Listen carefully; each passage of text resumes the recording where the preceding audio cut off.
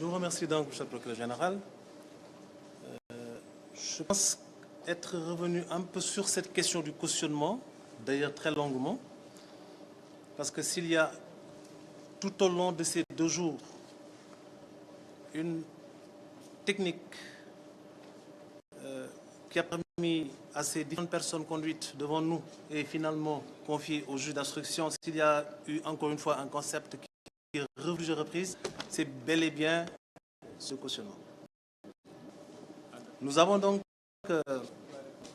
bien évidemment accepté. Quand je dis nous, c'est d'abord le juge d'instruction, bien évidemment. Et quand le juge d'instruction rend une ordonnance qui ne recoupe pas les contours des réquisitions du ministère public, naturellement, le parquet reçoit notification de la décision contraire à les 24 heures de son prononcé. Et la loi nous aménage un délai de recours qui est de 5 jours à compter de cette notification. Si je dis que nous avons accepté de valider cette forme de proposition et que nos juges d'instruction, qui également à longueur de journée passent leur temps dans des cabinets où ils sont sous l'effet de procédures qui malheureusement les dépassent par le nombre, si ces juges ont accepté de valider ces mesures, c'est parce que la loi sénégalaise prévoit, notamment à l'article 140 du Code de procédure pénale, pour ce qui est des détournements, escroqueries et soustractions sur les deniers publics, la possibilité pour toute personne inculpée pour ces chefs d'incrimination de solliciter son habilitation, son éligibilité à cette mesure de libération, pour autant qu'elle aura accepté soit de rembourser parce que les faits sont clairs et reconnus, assumés, soit parce que son état de santé ne lui permet, encore une fois, pas, comme on l'a dit tout à l'heure, de faire face aux rigueurs de la détention, même dans un centre hospitalier, ou alors qu'en faisant valoir des contestations suffisamment bien articulées, les contours de contestations sérieuses, au-delà de ces cas de figure, l'autre option qui s'offre à l'inculpé qui est là, face au juge d'instruction, est poursuivi de faits susceptibles de revêtir la qualification d'escroquerie, de détournement ou de soustraction de deniers publics. La seule option qui s'offre à cet inculpé, bien évidemment, c'est d'offrir de cautionner. Cautionner parce qu'elle conteste. Le cautionnement, la caution, c'est une sûreté, une garantie qui permet au juge de s'assurer qu'en cours de procédure, s'il y a des charges suffisantes pour renvoyer devant une juridiction de jugement, naturellement, il renvoie. Et pour les intérêts de l'État, quand la juridiction de jugement saisie sur la base de charges suffisantes aura estimé que les faits qui, tout au long de la procédure, ont pu être enrichis, étoffés, de sorte que ce qui est constitutif de charges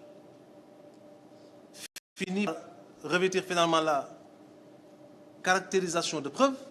cette juridiction de jugement entre en voie de condamnation. Et les intérêts de l'État seront saufs parce que l'État n'aura pas besoin d'essayer d'exécuter sa décision en suivant les traces du délinquant financier. Il lui suffira juste de solliciter le reversement des sommes qui ont jusque-là fait l'objet du cautionnement. Donc autant le cautionnement permet à la personne qui offre d'y recourir la possibilité d'obtenir la liberté provisoire, autant ce cautionnement permet à l'État de voir ses intérêts saufs parce qu'il n'aura pas besoin de subir les lourdeurs d'une procédure d'exécution. Maintenant, naturellement, le cautionnement obéit à des conditions. Je laisse à M. le procureur financier le soin de revenir sur ça pour ce qui est du pool financier. Mais pour ce qui nous concerne, quoique ce sont les mêmes dispositions, naturellement, nous avons estimé qu'en faisant dans une approche casuistique, pour envisager les poursuites et éventuellement la préservation des intérêts de l'État et par conséquent des deniers du peuple sénégalais, nous avons estimé que l'option de base pour nous, c'est de poursuivre, de traquer les délinquants financiers, de faire en sorte que l'État puisse recouvrer ses droits, mais de faire en sorte que la justice soit restaurée dans sa dignité et son efficacité. et l'efficacité recherchée dans le cadre de l'administration d'une bonne justice, oui, on peut la chercher et la trouver dans la traque de délinquants et dans la prise de mesures de privation de liberté. Mais l'efficacité, comme l'avait dit un jour M. le procureur général, on peut aussi la chercher en essayant de remplir les caisses de l'État plutôt que les prisons. De sorte que nous avons estimé devoir opter pour cette solution, parce que l'objectif principal, encore une fois, pour ce qui nous concerne, ce n'est pas d'envoyer les gens en prison, mais c'est de faire en sorte que les intérêts de l'État soient préservés et que ceux du peuple sénégalais, au nom de qui nous rendons la justice, soient également pris en charge. Donc c'est pour ça que nous l'avons accepté, parce que les conditions sont réunies. Je vous remercie. Ok, vous pouvez garder le plateau pour terminer avec une partie de la question donc, posée par le correspondant de RFI, à savoir de rappeler le nombre de personnes